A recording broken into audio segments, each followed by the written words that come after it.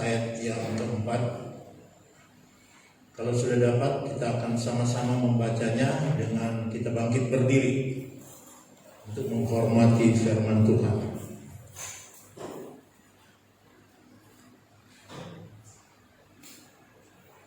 Jadi sekali lagi Yeskiel 18 ayat 4, 1, 2, 3. Sungguh semua jiwa aku punya, baik jiwa ayah maupun jiwa anak aku punya, dan orang yang berbuat dosa itu yang harus mati. Semua berkata amin.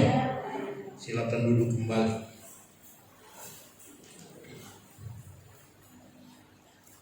Puji Tuhan, saudara yang dikasih Kristus.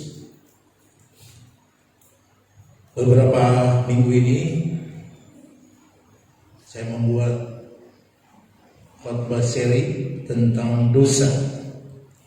Yang pertama kali kita tahu bahwa dosa diperbuat oleh iblis atau Lucifer, malaikat Tuhan, dengan kesombongannya.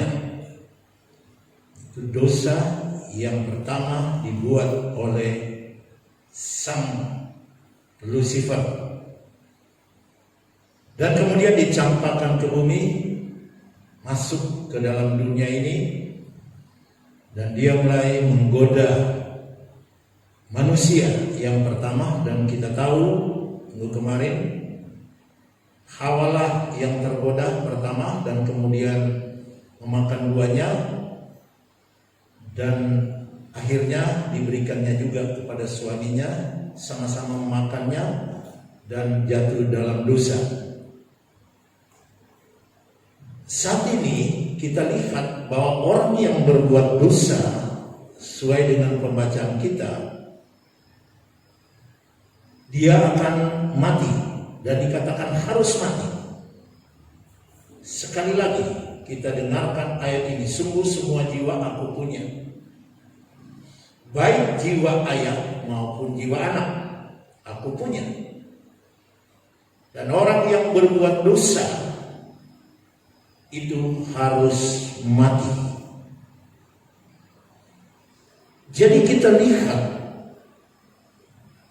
sama-sama dalam firman Tuhan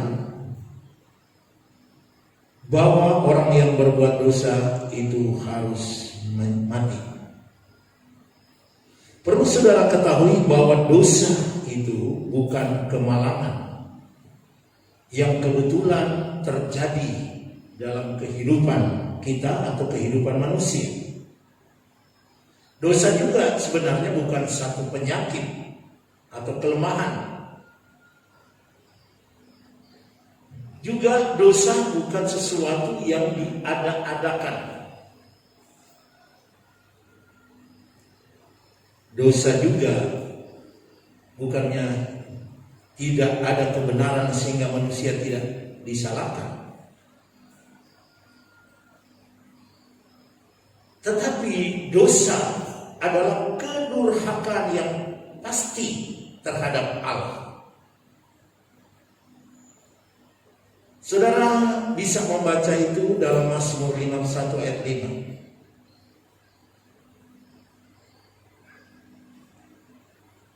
Sesungguhnya dalam kesalahan aku diperanakan, dalam dosa aku dikandung ibuku. Jadi kita lihat bahwa dosa itu sudah merambah, diakibatkan kedurhakaan manusia itu sendiri pada awalnya setelah tergoda oleh iblis. Jadi saudara, kita akan meninjau dan melihat di dalam firman Allah tentang perkataan-perkataan dalam perjanjian lama tentang dosa. Jadi kita lihat terlebih dahulu tentang dosa ini dalam perjanjian lama. Kalau saudara membaca satu Fatsal Imamat 21, nanti saudara bisa temukan di situ ada 3 perkataan untuk dosa, yaitu dosa pelanggaran dan dosa kesalahan. Jadi Dosa pelanggaran dan dosa kesalahan ini kita temukan ada 3 perkataan untuk dosa tersebut. Mengapa dikatakan dosa dan bisa dilihat dan diketahui tentang dosa itu dengan adanya aturan-aturan dari Allah atau firman Allah itu sendiri. Sebab itu kita akan melihat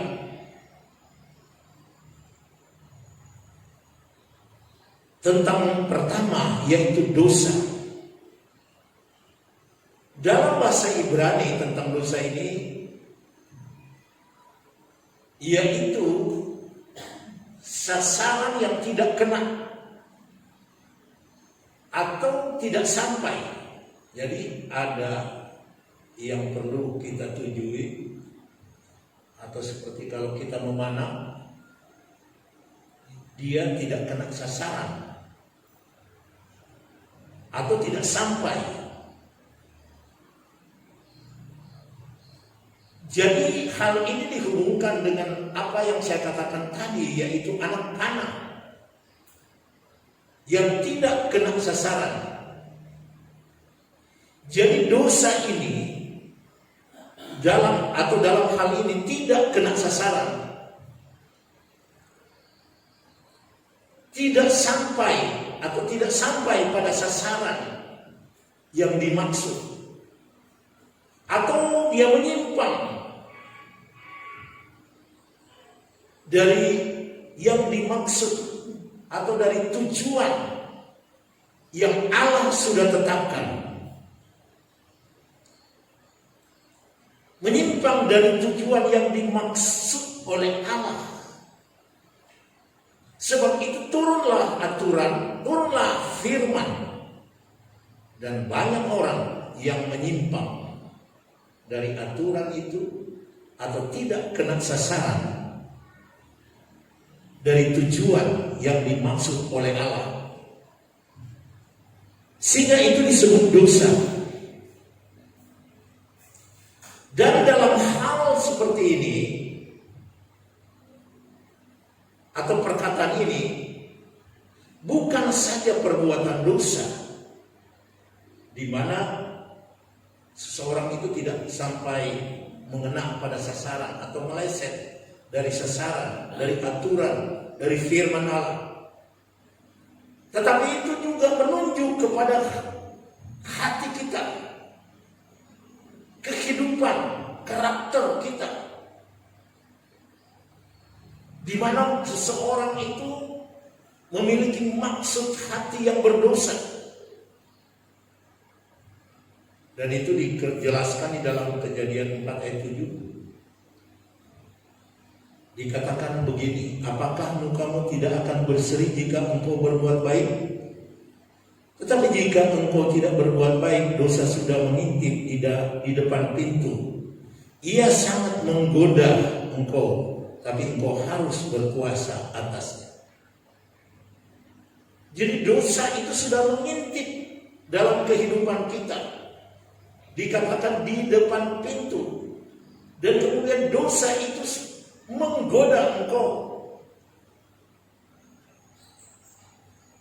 Kemarin kita bicara tentang kebebasan dari manusia diberikan oleh Allah.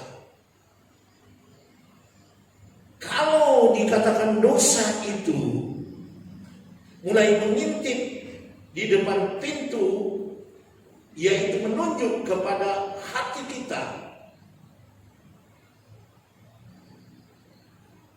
dosa itu mulai menggoda, sebagaimana Hawa tergoda dan melihat bahwa buah itu baik sekali untuk dimakan. Dari hati kita mulai tergoda. Tetapi firman Tuhan katakan kita harus berkuasa atas hati kita. Kita sebagai anak-anak Tuhan yang sudah mengerti firman Allah, kita harus dapat menguasai diri Sehingga keputusan kita, sebagaimana Tuhan memberikan kebebasan kita memilih keputusan bahwa saya tidak mau melakukan itu, saya tidak mau tergoda dengan hal itu, sehingga semua yang dimaksudkan oleh Allah itu kita langgar atau tidak sampai untuk kita lakukan, meleset semuanya, maka itu disebut dosa, termasuk di dalam hati kita. Kita lihat Kain, dia berdosa sampai membunuh adiknya Habel. Dan kita juga melihat beberapa hal di dalam firman Tuhan, seperti perkataan daripada Kain ini. Apa dia katakan di situ, saudara?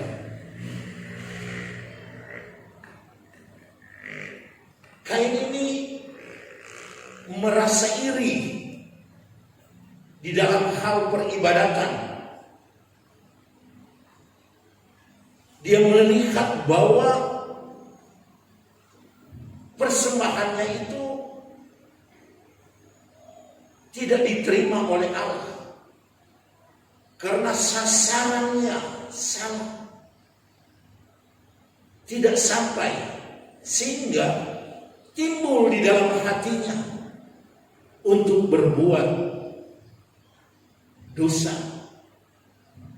yang lebih parah lagi. Sebab itu saudara yang dikasihi Tuhan Yesus Kristus, kita harus dapat menguasai dosa itu, walaupun dia masih menggoda di pintu hati kita. Lihat Firaun. Lalu Firaun menyuruh memanggil Musa dan Harun serta berkata kepada mereka, aku telah berdosa. Dia menyadari, aku telah berdosa sekali ini. Sampai dia katakan bahwa Tuhan itu yang benar. Tapi aku dan rakyatkulah yang bersalah. Dia menyadari bahwa dia salah. Tetapi dalam hatinya tergoda, tidak mau melepaskan bangsa Israel ini sesuai dengan panggilan Tuhan bahwa Israel itu harus keluar dan mendapatkan tempat negeri yang baru yang dijanjikan kepada Abraham. Tetapi Firaun di dalam hatinya tergoda untuk menahan mereka, dan malapetaka terjadi di dalam kehidupan Firaun. Dan kita lihat juga dalam aturan Taurat, Bilangan 6 ayat 11, maka haruslah imam mengolah yang seekor menjadi korban penghapus dosa dan yang lain menjadi korban bakaran, dan mengadakan pendamaian bagi dia, oleh karena dia telah berdosa dengan berada dekat mayat pada hari itu. Juga ia harus menguduskan kepalanya. Jadi ada aturan tentang imam, tidak boleh dekat-dekat mayat. Dan kalau dia lakukan ini dan tidak menyucikan diri, dia berdosa. Jadi aturan di kala itu sesuai dengan dosa yang dimaksud dalam perjanjian lama.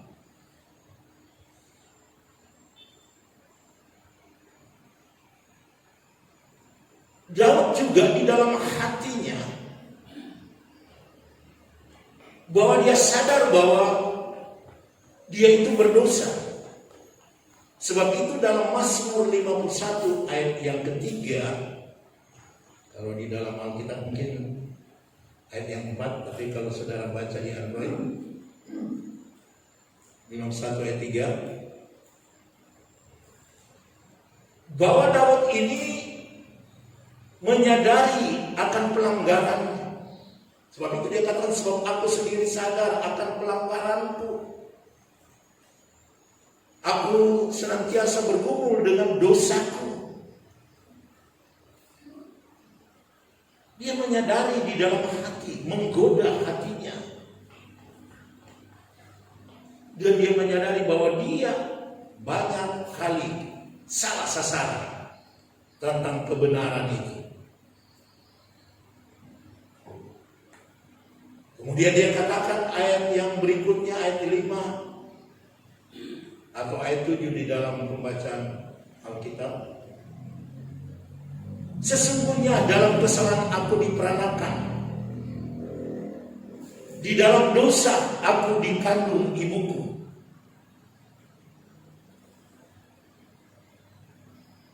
Jadi kesadaran itu dari hati bisa mengganggu hati kita. Dan keputusan untuk melakukan yang benar juga itu dari hati kita. Dari kebebasan kita memilih, kita sebagai anak Tuhan, kita memilih yang terbaik. Kita memilih untuk melakukan aturan-aturan firman Tuhan. Karena dosa itu mulai menggoda di pintu hati kita, menyuruh kita untuk melakukan hal-hal yang tidak dikehendaki Allah, sehingga kita meleset dalam tujuan dan rencana Allah untuk kehidupan yang kudus, umat yang taat, umat yang setia melakukan kebenaran firman Tuhan. Kemudian kata berikut yaitu durhaka. Kalau tadi kata dosa yang kita temukan, tapi seringkali juga kita temukan kata durhaka. Jadi kata durhaka di dalam bahasa Ibrani dimaksudkan artinya melawan. Melawan perintah Allah. Jadi Allah sudah tetapkan sesuatu harus kita buat, tetapi kita melawan. Kita katakan mungkin tidak mau, atau kita berpaling jauh dari apa yang dimaksudkan oleh Tuhan. Atau mungkin kita jadi bidat, menjadi penyesat, melawan firman Allah itu sendiri.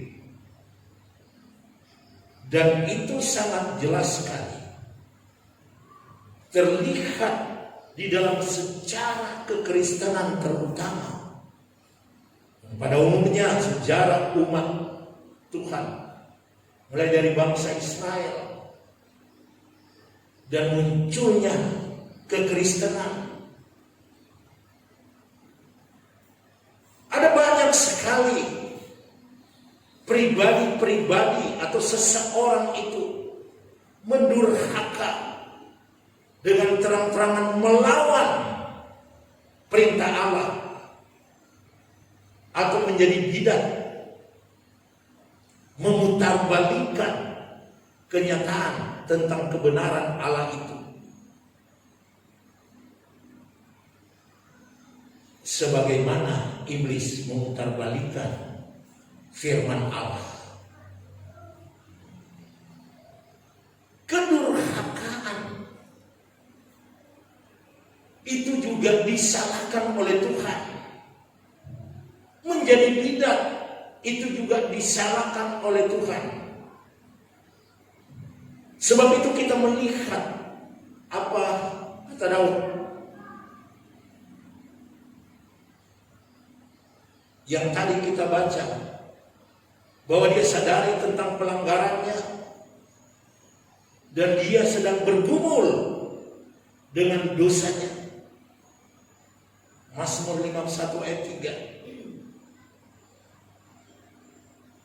Dikatakan sebab aku sendiri sadar akan pelanggaran.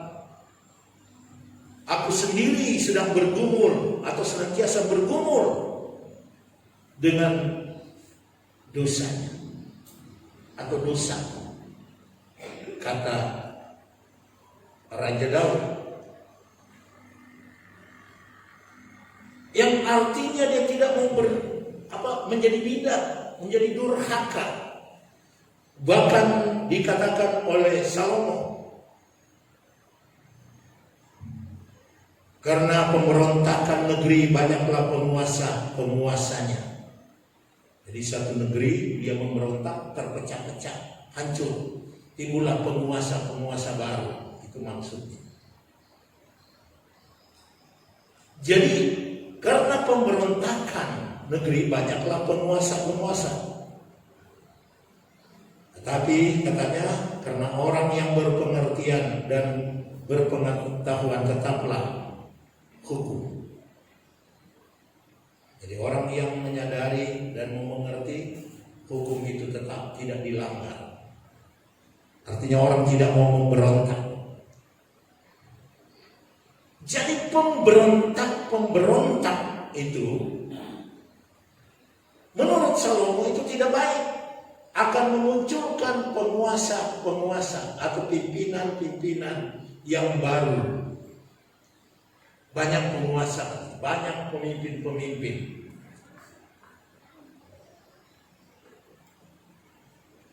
Dan itu dikategorikan sebagai orang yang durhaka, yang memberontak ini durhaka. Melawan perintah Allah, melawan rencana Allah yang mempersatukan umat Israel. Begitu pula dengan kita. Rencana Allah mempersatukan kita menjadi satu di dalam Tuhan. Sebab itu apabila kita ada sesuatu yang mengintip dalam hati kita, kemudian kita mau menjadi durhaka, memberontak, hal tersebut tidak dikehendaki oleh Allah. Karena kita akan disebut pendurhaka. Bahkan kita bisa menjadi pengajar yang memutarbalikkan kebenaran firman, dan kita akan disebut bidat. Berikutnya saudara yang dikasih Tuhan, kejahatan, kesalahan atau kedurjanaan dalam maksud daripada bahasa Ibrani tentang kejahatan atau kesalahan atau kedurjanaan ini, itu menuju kepada sesuatu yang bengkok, tidak lurus, atau sesuatu kayak tali diputar begitu, bengkok, tidak lurus.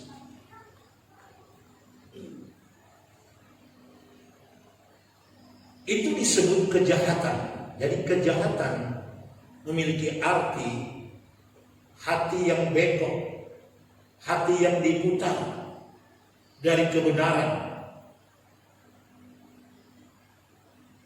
Jadi kalau kita atau hati kita ini bengkok, hati kita tidak lurus seperti tali yang diputar, itu disebut kejahatan, itu disebut kesalahan, itu disebut kedurjanaan. Karena hati kita bengkok.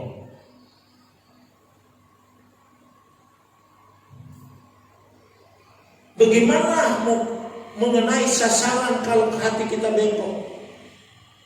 Tujuan kita berbelok atau terputar-putar, tidak lurus.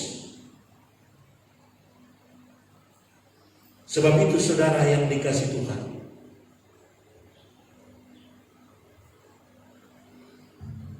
Jangan kita mutar balikan kebenaran itu. Dan itu tidak dikehendaki oleh Tuhan atau oleh Allah. Memang kalau kita melihat karena hati bengkok, hati ini seakan-akan tidak terlalu mengenai perbuatan jahat karena cuma bengkok begitu. Tidak terlalu sadis kelihatannya. Tetapi itu mempengaruhi hati kita, tabiat kita. Menjadi tabiat yang selalu bengkok dan tidak dikenaki oleh Tuhan. Karena hati yang bengkok itu membuat tabiat kita menjadi jahat.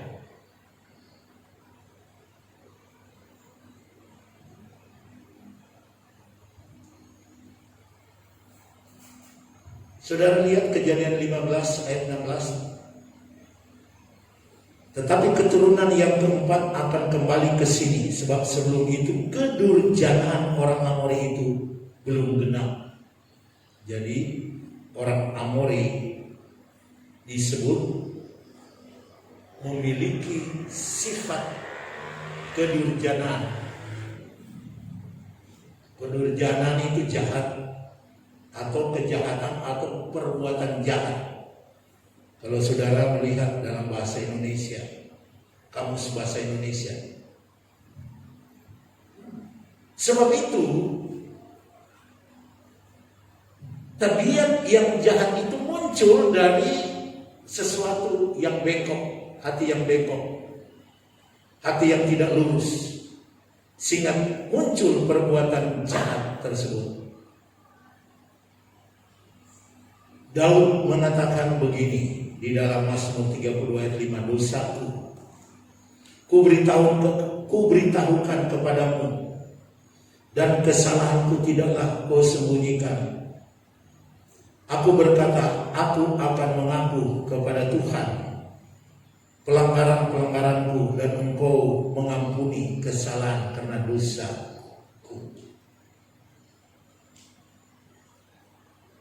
Dosa kita ini akhirnya juga